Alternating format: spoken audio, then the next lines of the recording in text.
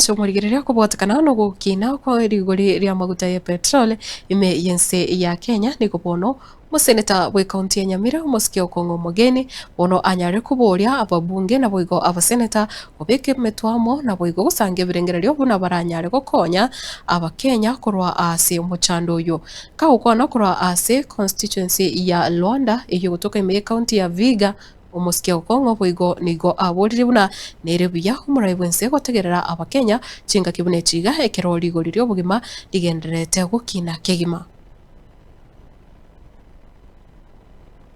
Maneno ya mafuta sisi tunasema ukiongeza mafuta ule anaumia ni mwananchi au namna gani?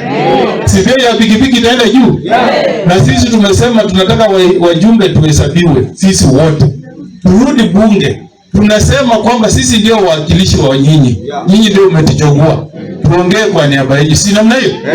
Na tunasema turudi bunge, sio ile mkutano ilikuwa Mombasa jana. Kwa sababu wale sio wawakilishi wa watu. Sisi wajumbe ndio wawakilishi wa watu. Na tunasema kwamba wajumbe tunataka petroli, diesel ibaki kule ilikuwa kabla Ruto aongeze.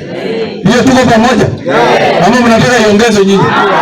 Mnataka iongezwe? Watu wa Rwanda mnataka iongezwe? Mnakataa isiongezwe? Tuko pamoja? Simuko na seneta wasisi kwa hiyo maneno. Si namna hiyo.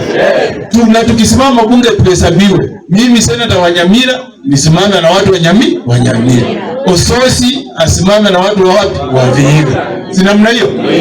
Kwa sababu sisi tunamwambia Mheshimiwa Ruto ukiongeza hiyo petroli ni chakula unaongezea mwananchi. Si ndio? Na kweli wacha tuambieni ukweli. Kabla useme unajenga nyumba, fikiria ile ugumu wananchi wanaenda kwa tumbo kwanza.